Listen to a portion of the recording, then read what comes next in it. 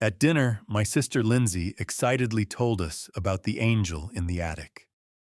We grew up in a religious family, so it wasn't too weird that her imaginary friend would be of the biblical variety. She was 8 at the time, making me 15, 5 years ago. We were at my mom's sister's, Aunt Margaret, visiting for the summer. Aunt Margaret's house might be considered a mansion by some. Rooms upon rooms, 3 stories tall.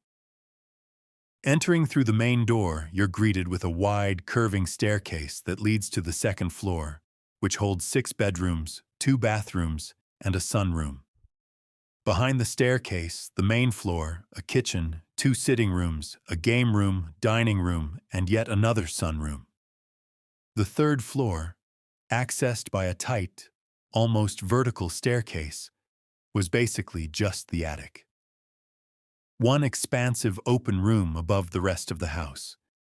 Lindsay had been spending her days exploring the house, her favorite room being the attic. At dinner, though, I remember her saying, "I thought angels were supposed to be pretty." And Mom replied, "Do you remember Zechariah? He was terrified when he saw an angel." My sister nodded knowingly at that. It was very scary at first, but only for a little bit. Mom and Aunt Margaret smiled at her, but I thought it was so odd. Why would a kid purposely make up scary things? The next day, she disappeared again to explore. We didn't think much of it until it was dinner, and she still hadn't turned up. We began looking through the rooms, calling out for her. Eventually, we ended up at the attic stairs, and there she was, curled up at the bottom, silently crying. Mom swept her up and brought her downstairs, where we tried everything we could to console her. She calmed down, but still wouldn't tell us what happened. She wouldn't tell us anything. She couldn't, I guess. For the past 5 years, she hasn't spoken a word. There have been so many doctors and therapists, appointment after appointment, never leading to any answers. No one could give us an actual reason for this, and Lindsay wouldn't explain either, not in writing anyways.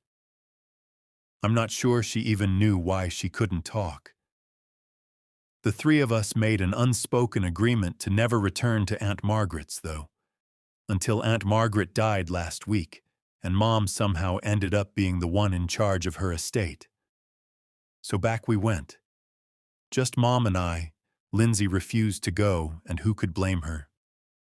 The house felt so heavy when we arrived. My aunt had started staying on the main floor, so only a few rooms had seen any life. Everywhere else covered in dust, all the curtains tightly closed. We thought it'd be easier to share a room, so we found the cleanest one and got it ready.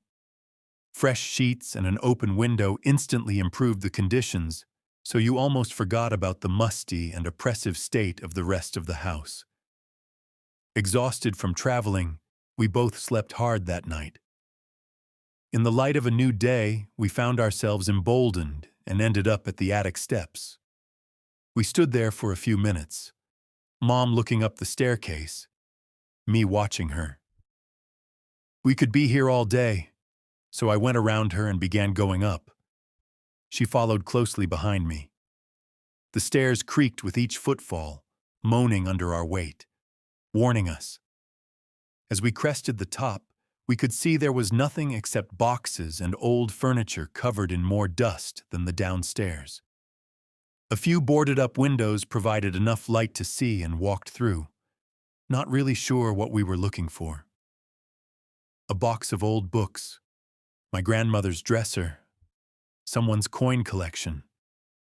A mix of feeling at ease and disappointed. We still couldn't find an explanation for my sister's condition. There was nothing worthwhile.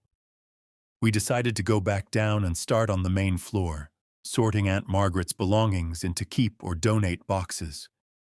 I was distracted. There was something about the attic, something up there that had answers, and I needed to find it. I waited until Mom fell asleep that night before trying to go back. I slipped out of bed and made my way through the winding halls. I had my phone's light, but it only uncovered a few steps ahead of me. At the staircase, I paused, looking up the narrow corridor.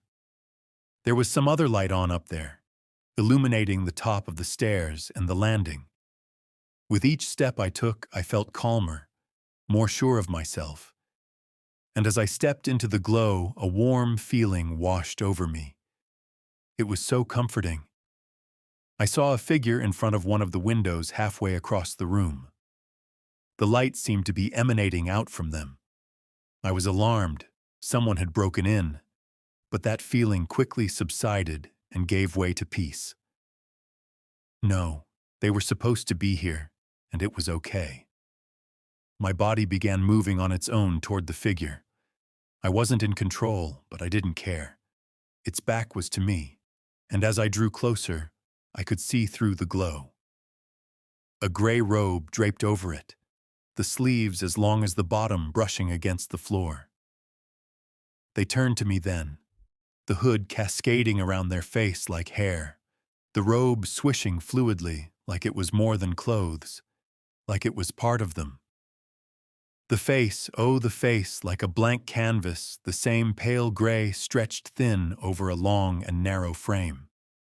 The piece of me still conscious wanted to scream, but my legs kept moving forward, my arms reaching out. The figure opened its own arms, embracing me, folding me into the fabric of itself, swallowing me. I welcomed it. A warmth spread throughout my body, and I let myself sink in. I'd never felt so safe, so happy, so loved. But as my limbs grew lighter, like I was floating, the warmth turned to burning. I couldn't feel anything except heat and my lungs constricting, and somehow I pushed myself back into my body, back in control. I tore myself free from its grasp and stumbled backwards. I was previously floating, and now it was like I had been slammed into the ground. I was clumsy and struggling to make myself move how I wanted.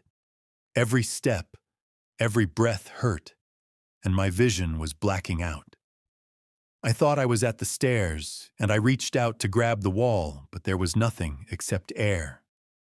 I lost my balance and began falling for real, crashing down the stairs and landing hard on my back.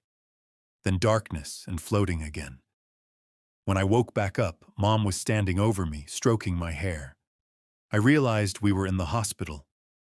When she saw my eyes open, she cried out, and tears began falling down her face, landing on my own. I tried saying something. I wanted to ask what was happening, but my throat tightened. Nothing came out. I couldn't speak. I don't know what came back from the woods, but it wasn't Max. I live alone in the northern part of Vermont. Not deep wilderness, but rural enough that my nearest neighbor is half a mile down the road, and the forest behind my house goes on for miles. I moved out here after my divorce, hoping for some quiet, some peace. Just me, my old dog, and a bit of land to call mine. Max was a mutt, German Shepherd and something else.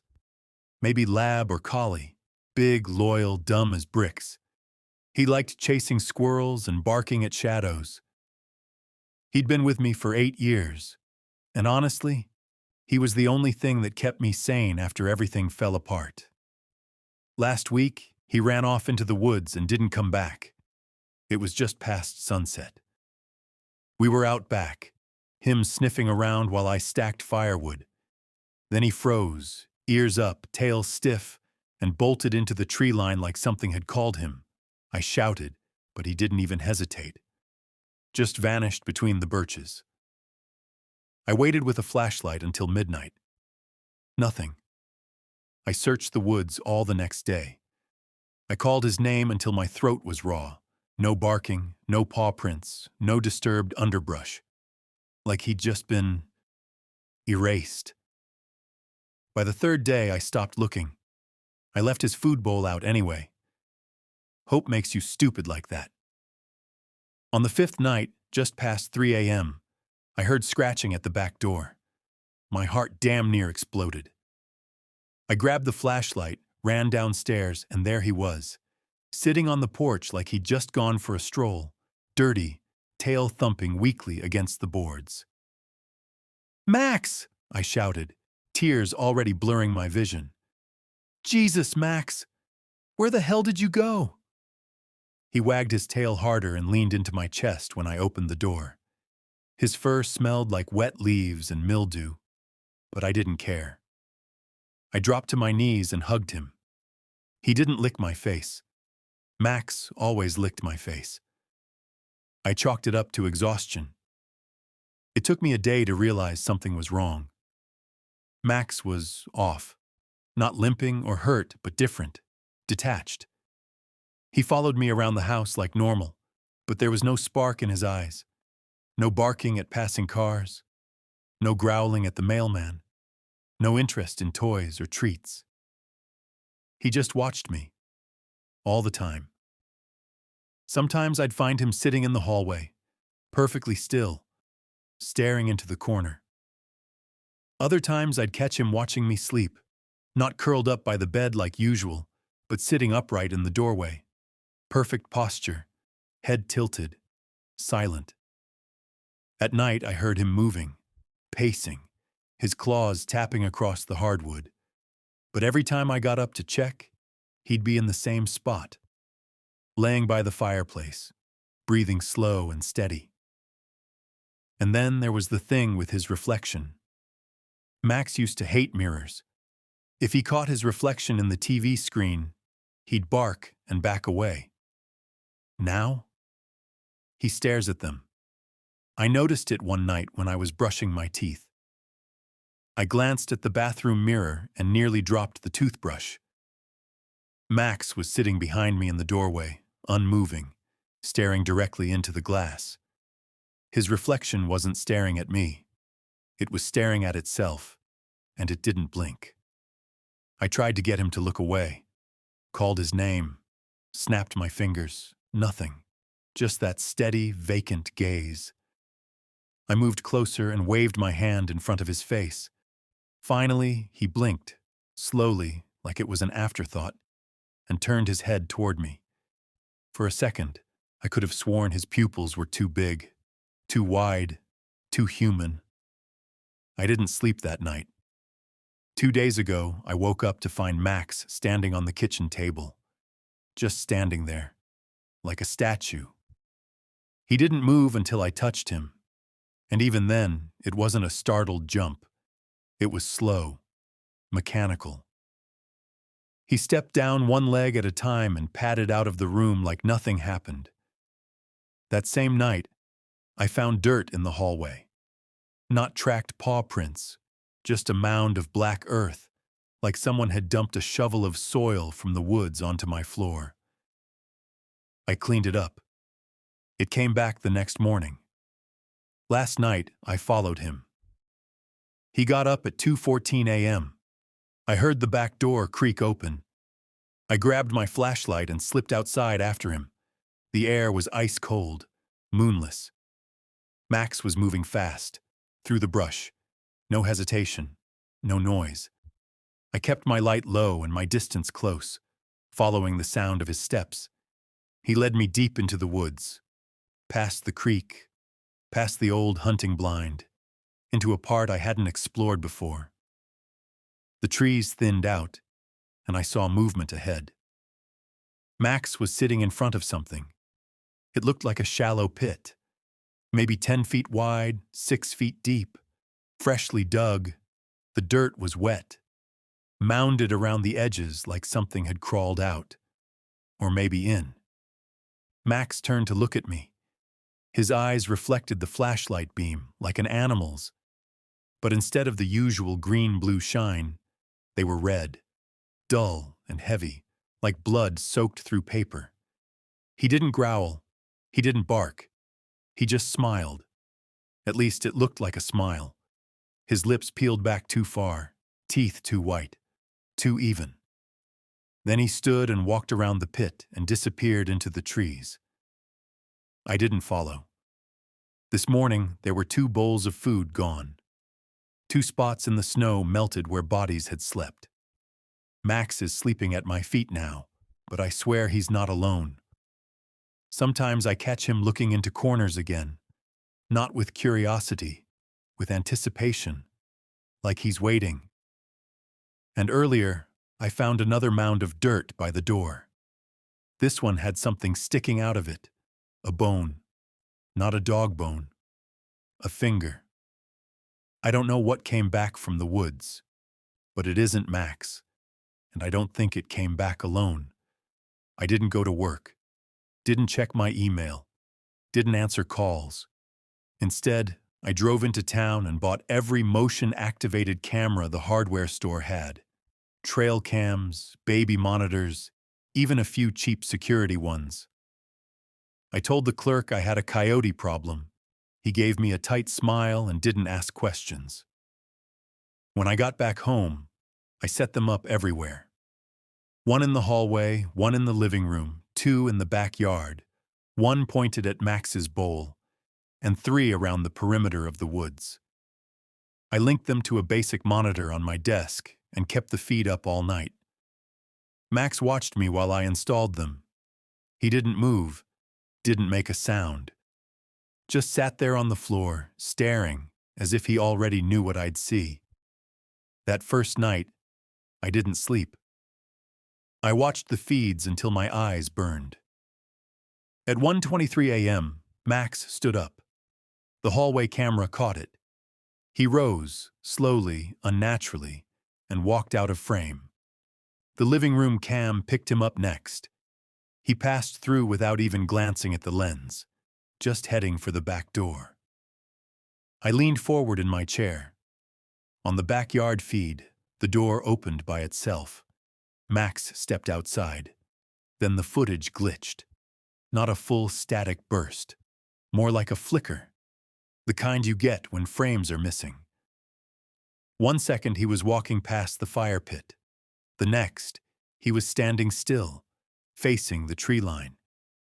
The timestamp jumped by 4 seconds. Then the other cameras started triggering.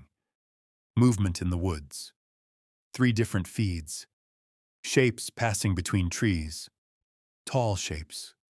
Too tall. I squinted, adjusted the brightness, but the figures stayed just out of the light. Their limbs didn't move right. They glided. Max was still in the same spot, unmoving. Then he turned his head, not toward the woods, toward the camera, and he smiled again. That too wide grin, teeth too flat, too many of them. Like something had drawn a dog from memory but never seen one up close. The backyard feed cut out. I checked the camera the next morning. The lens had been smashed in. The mount was twisted, almost melted. No footprints, just more dirt. Another mound at the tree line. This one was shaped like a child, small, curled. I didn't dig. I kept watching the footage every night. It kept getting worse. Max left the house at the same time each night, 1:23 a.m. exactly. Sometimes he stood still. Other times he disappeared for hours before coming back soaked in mud, paws black with something thicker than soil. The shapes in the woods came closer each time. The third night they stood at the edge of the yard. The fourth night they were on the porch. The fifth night they were inside. I didn't see how they got in. No doors opened, no windows broke. One frame they were gone. The next, they were standing in my living room. 7 figures, tall, pale, wrong. And Max stood in the middle of them, tail wagging slow like a metronome. His mouth hung open, panting, but the sound didn't match. I swear to God it sounded like whispering, like multiple voices speaking all at once in a language I couldn't understand. Then all 8 of them turned. They looked at the camera, and every feed cut to black. That was last night. This morning, all the cameras were gone. Not broken. Gone. Even the mounts. Even the cords. As if they were never there. Max is still here, lying by the fireplace. But now there's something new. A smell. Like rot and iron. like the inside of something dead. And behind the couch, where the living room cam used to be, I found a handprint. Not a paw print, a human hand. Long fingers, sharp nails, but pressed into the wall at shoulder height, as if whoever left it had crawled out from inside the floor. I tried to take a picture. My phone won't turn on. None of them will. And I know they're coming back tonight. They let me see them. They wanted me to. Because now I've started to hear the whispering, even when I'm awake. Not from outside. From Max, he hasn't moved in 2 hours. He hasn't blinked once. And I think he's smiling again. Please, if anyone's reading this, if anyone's seen anything like this before, tell me what to do. Because I don't think I can stay here tonight. But I also don't think they'll let me leave.